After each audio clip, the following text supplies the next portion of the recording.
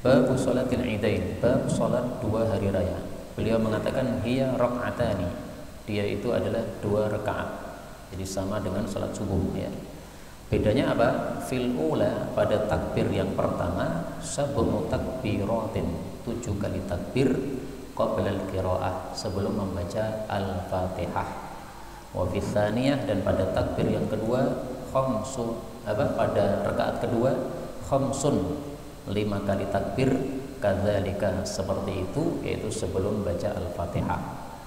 Jadi praktiknya Allahu Akbar, Allahu Akbar, Allahu Akbar, Allahu Akbar, Allahu Akbar, Allahu Akbar, Allahu Akbar, kemudian doa iftitah.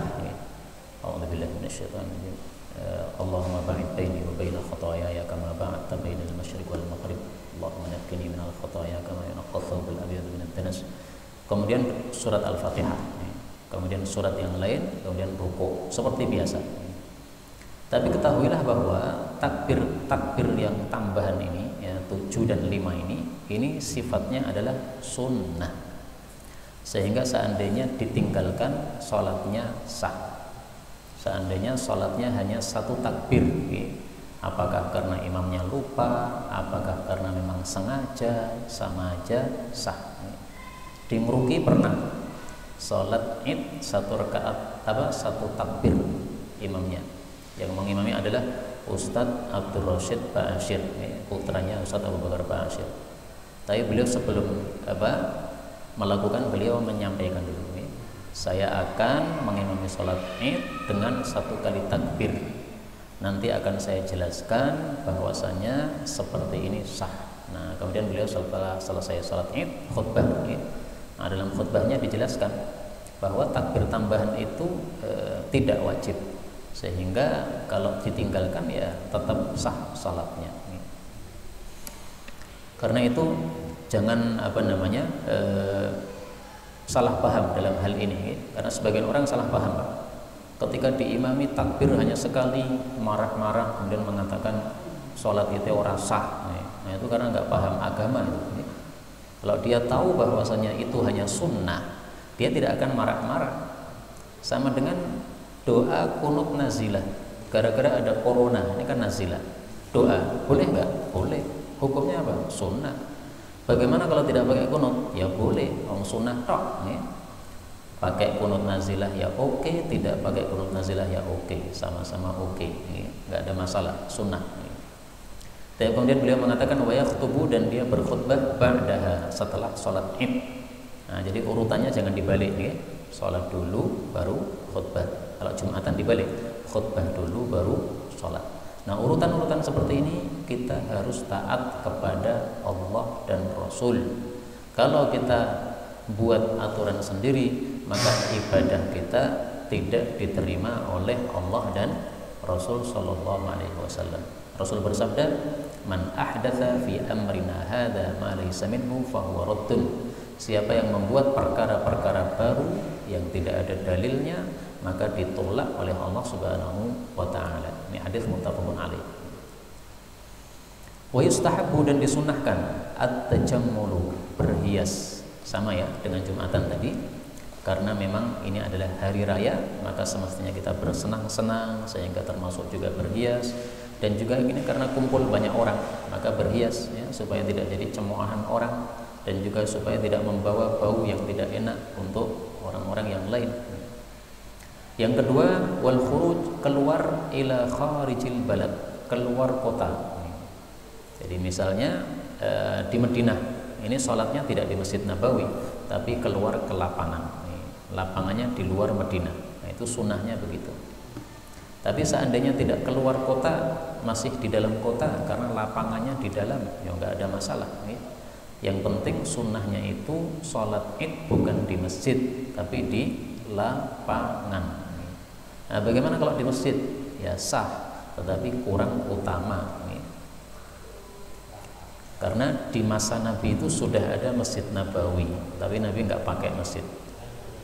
Di masa Nabi sudah ada Masjidil Haram, tapi nggak dipakai. Tapi mereka pilih ke lapangan. Kalau nggak ada lapangan nggak apa-apa. Oh, saya nggak punya lapangan, ya sudahlah di masjid aja, nggak ada masalah. Jangan sampai karena tidak ada lapangan maka kita tidak pakai masjid, malah pakai jalan, mengganggu jalan, nutup jalan. Jangan. Itu dilarang oleh Nabi Shallallahu Alaihi Wasallam, mengganggu hak jalan. Seperti yang dilakukan banyak orang sekarang ini. Kalau salat Id dilakukan, biasanya kita mau pergi susah. Sana ditutup, belok lagi sana tutup lagi, susah. Nah, sehingga mau menuju ke rumah mbah kita jadi lama, nggak sampai-sampai karena di mana-mana ditutup. Nah, itu karena kesalahan orang-orang nggak paham bagaimana menerapkan sholat Id. Sholat Id jangan nutup jalan, kecuali kalau jalannya banyak, ditutup sini masih bisa lewat sana gampang. Nah, itu nggak ada masalah. Tapi apabila mengganggu banyak orang, nah ini nggak diperbolehkan seperti itu. Kemudian wa mukhalafatut thariq, disunahkan membedakan jalan.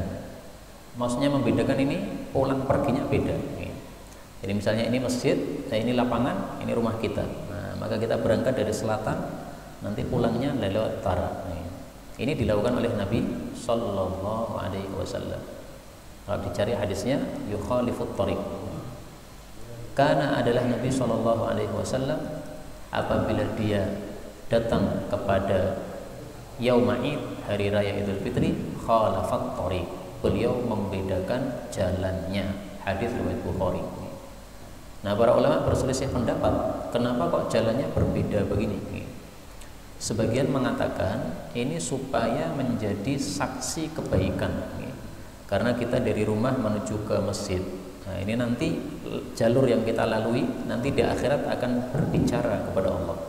Saya dulu dilalui orang-orang ini untuk berangkat ke masjid. Nah, begitu dia pulang lewat jalur yang lain, ini tempat ini juga akan bersaksi nanti. Saya dulu dilalui orang ini pulang dari masjid. Nah, maka Nabi suka untuk membedakan jalan tadi. Yang keempat, wal aklu, disunahkan makan qabla al-khuruj, sebelum keluar, fil fitri, pada Idul Fitri. Dunal adha, bukan Idul Adha. Jadi di sini terbalik ya. Kalau Idul Fitri makan dulu sebelum ke lapangan. Kalau Idul Adha jangan makan dulu kecuali setelah selesai sholat Id. Ini sunnahnya Rasulullah Sallallahu Alaihi Wasallam. Kalau dilanggar gimana? Ya tidak dosa. Tapi berarti kita menghilangkan kesempatan dapat pahala. Sholat Id, Idul Fitri sebelumnya kita makan dulu. Ini makan berpahala. Kenapa? Menghidupkan sunnah Nabi. Sebelum sholat Idul Adha kita nggak makan. Habis pulang Idul Adha baru makan. Nah, ini kita dapat pahala. Kenapa? Menghidupkan sunnah Nabi Sallallahu Alaihi Wasallam. Nah, di sini ada satu sunnah yang beliau tidak menulisnya di sini. Wallahu a'lam, saya nggak paham kenapa beliau tidak tulis. Ini mestinya ditulis nomor 5. Nomor 5 sunnahnya adalah apa? As-salatu ba'dal 'idi fil baiti rak'atain. Salatlah setelah Idul Fitri atau Idul Adha di rumah masing-masing 2 rakaat. Ini termasuk sunnah Nabi yang sudah mati, jarang orang melakukan, bahkan di kitab ini juga tidak disebutkan. Saya sekarang tampilkan dalilnya.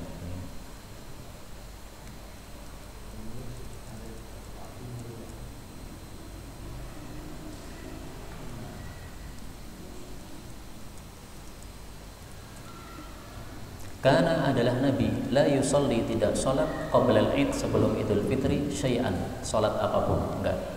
Fa idza raja'a, kalau sudah pulang, ila manzilihi, ke rumahnya, shalla rak'atain, maka beliau salat 2 rakaat. Hadis riwayat Ibnu Majah sahih.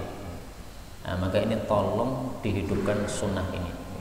Setelah salat Id, masuk ke rumah, jangan langsung buka lodong, tapi langsung buka sajadah, sholat sunnah, baru kemudian buka lodong. Baik, kemudian waktuha, waktu sholat Id, ba'da irtifa'i syamsi, setelah tingginya matahari, qadra rumhin, sekitar 1 tombak. ila zawali, sampai tergelincir matahari. Jadi waktunya sholat id sama dengan waktu sholat duha persis. Kalau sudah masuk zuhur, maka sholat idnya sudah habis waktunya. Tapi selama belum masuk waktu zuhur, masih bisa sholat id. Jadi misalnya informasi terlambat jam 10 pagi baru kita dapat informasi ini sudah tanggal 1 Syawal misalnya, nggak ada masalah, kita sholat idnya jam 11, nggak apa-apa, yang penting sebelum zuhur. Tapi kalau informasinya telat, habis zuhur baru kita mendengar ini sudah tanggal 1 Syawal, ya sudah, sholat idnya besok pagi aja. Tapi kalau sebelum zuhur bisa dilakukan, maka masih sah. Beliau mengatakan wala adzana, tidak ada adzan fiha dalam salat id, wala iqamah, tidak ada qomat. Terus kalau tidak pakai adzan, tidak pakai qomat, pakai apa? Ya enggak pakai apa-apa. Kalau mazhab Syafi'i kan pakai itu, as-shalatu jami'ah, salat berjamaah. Nah, itu sebenarnya dilakukan di masa Nabi pada salat gerhana, bukan salat Idul Fitri. Karena itu kalau kita pengen sesuai yang di masa Nabi, perhatikan hadisnya. Apakah di masa Nabi pakai as-salatu jami'ah? Kita lihat hadisnya. Hadis diriwayatkan oleh Imam Muslim bahwasanya la adzana, tidak pakai adzan lis salati yaumul fitr, pada Idul Fitri. Wala iqamah, tidak pakai qamat.